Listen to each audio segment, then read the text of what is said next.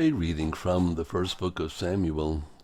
Saul took 3,000 picked men from all Israel and went in search of David and his men in the direction of the Wild Goat Crags.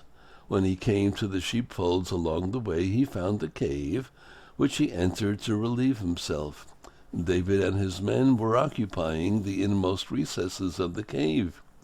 David's servant said to him, "This is the day of which the Lord said to you, I will deliver your enemy into your grasp. Do with him as you see fit." So David moved up and stealthily cut off an end of Saul's mantle. Afterward, however, David regretted that he had cut off an end of Saul's mantle.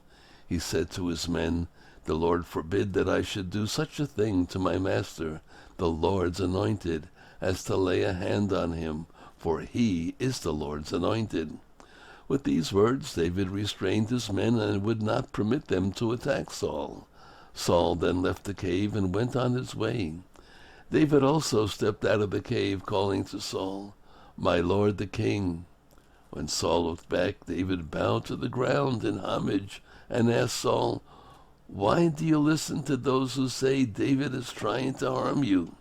You see for yourself today that the Lord just now delivered you into my grasp in the cave. I had some thought of killing you, but I took pity on you instead. I decided I will not raise a hand against my Lord, for he is the Lord's anointed and a father to me. Look here at this end of your mantle which I hold. Since I cut off an end of your mantle and did not kill you, see and be convinced that I plan no harm and no rebellion.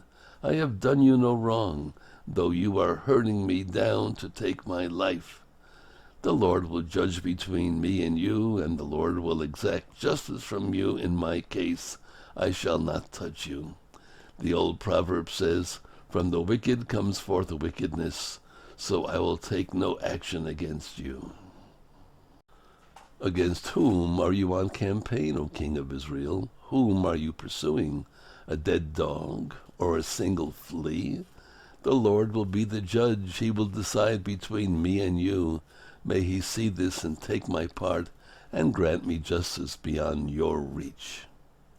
When David finished saying these things to Saul, Saul answered, "Is that your voice, my son David?"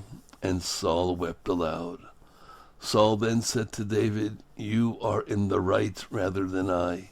You have treated me generously while I have done you harm.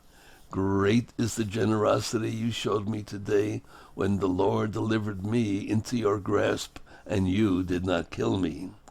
For if a man meets his enemy, does he send him away unharmed?